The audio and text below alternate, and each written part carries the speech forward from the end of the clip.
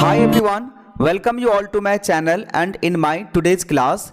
In today's class, I am going to explain you the remaining question from exercise 5.1 and from class 9th standard NCERT math book. तो जैसा कि आप screen पर अभी देख पा रहे होंगे, there are 4 questions 4, 5, 6 and 7. Before this question number 1 we had done in the first video, and after first sum I am directly doing 4, 5, 6 and 7 because in these questions there are something for doing, while 2 and 3 I am leaving on you do it yourself. तो चलिए हम लोग video को शुरू करते हैं और समझते हैं कि इसमें जो प्रश्न दिया हुआ है उसे कैसे बनाया जाएगा। सबसे पहले हम लोग यहाँ पर क्वेश्चन को रीड कर लेते हैं। If a point C lies between 2 points A and B such that A C equal to B C, then prove that A C is equal to 1/2 A B और you can say half A B and explain by drawing the figure. तो चलिए हम लोग सबसे पहले figure को draw कर लेते हैं एंड फिगर को ड्रॉ करने के बाद I will explain you the sum the its answer. तो इसके लिए हमें एक लाइन को ड्रॉ करने की जरूरत है। This is question number 4, right. So let's draw a line. एक लाइन हमने यहाँ पे ड्रॉ कर लिया।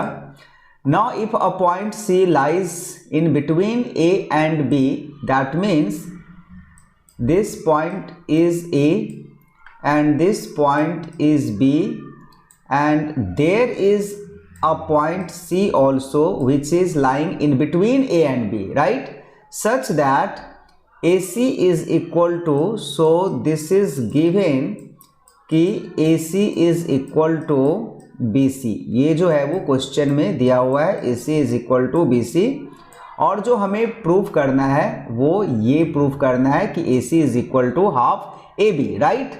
सो now what we are going to do is that we will add AC to the both side, and so that this will become like this, AC plus AC and BC is plus AC, and we know that ki equal things can be added to the both side.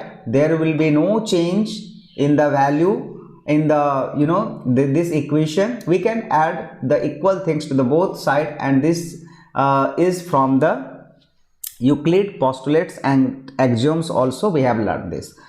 Now after this AC plus AC क्या हो जाएगा, twice AC हो जाएगा, and BC plus AC क्या होगा, now come here B to C and again A to C, and if we add this will be AB, right? This will be AB, so BC plus AC will be AB.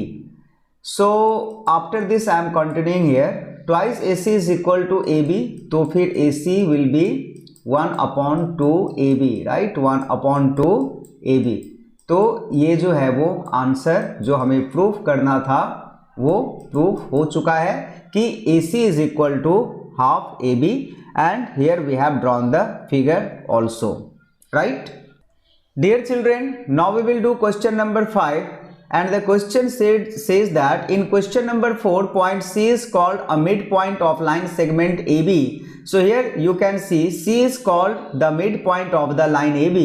Then prove that every line segment has one and only one midpoint. तो हर एक line segment में एक ही mid point होता है and there is no other mid point. So हम लोग इसको prove करने के लिए हम लोग एज्यूम कर लेंगे कि let there is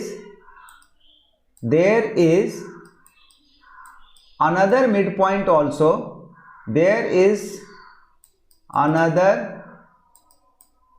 midpoint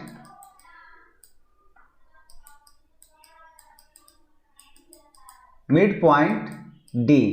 So let us assume that there is another midpoint D also,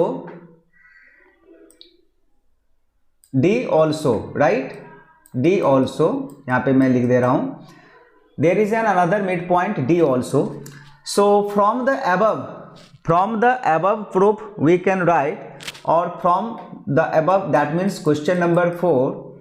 So from question number 4, right, we can write here AC is equal to half AB. This is equation number 1 which we have proved in question number 4. Even we can write AD is equal to half AB. This also we can write, because C and D both are the midpoint of AB. So we can write from the above proof, we can write AC is equal to half AB and AC equal to AD is equal to half AB. Now from equation number 1 and 2, from equation number 1 and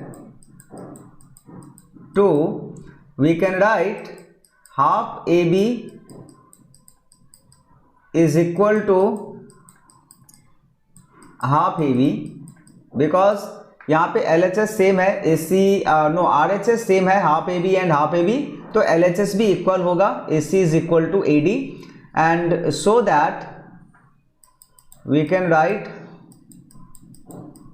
AC is equal to AD, right? तो AC is equal to AD कब होगा? And this is only possible, this is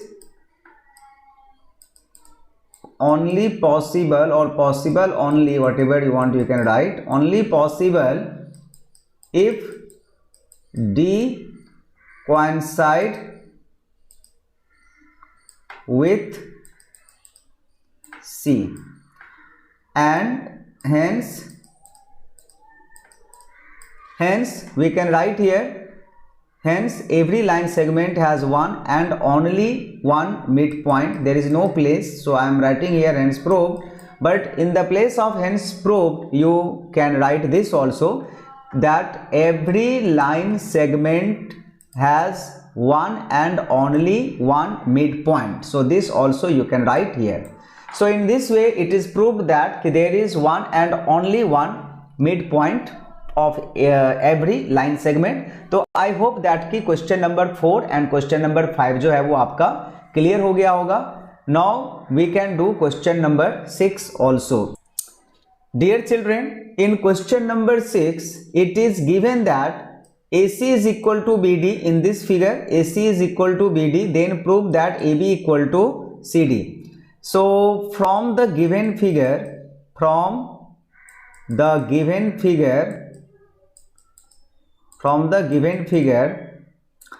first so I am writing here the given thing, कि it is given here AC is equal to BD, and it is given, this is given AC is equal to BD, and we need to prove AB is equal to CD. So it is very simple. Now AC is equal to BD, so that we can write here AC minus BC is equal to BD minus BC, and again equal things can be added to the both side, and equal things can be subtracted also from the both side. तो ये rule है, and this all we have learned in this chapter only, Euclid postulates में and axioms में. तो हम लोगों ने ये पढ़ा हुआ है. तो equal things can be subtracted from the both side, there will be no change. अभी देखिए AC में से अगर हम लोग AC is from this point to this point, and if we cut BC, that means till this much, then what will remain here? AB, right? And similarly BD is from this point to this point, and from this if we cut BC, then what will remain here? CD. Proved. This was only to prove, and we have proved this. AB is equal to CD, right? Question number 7 now we will do. And what is question number 7? Why axiom 5 in the list of Euclid axioms considered a universal truth? Note that the question is not about the fifth postulate. So what is axiom number 5? No, Euclid axioms, right? Why axiom 5? So what is axiom 5? This you have to know. Okay, what is axiom 5? Axiom 5 says that whole is always greater than its part. Whole is always greater than its part. So this is the axiom. Whole is always greater than its parts. And here we need to explain ki how. So you can write a statement here. This is universal truth because part is included in the whole.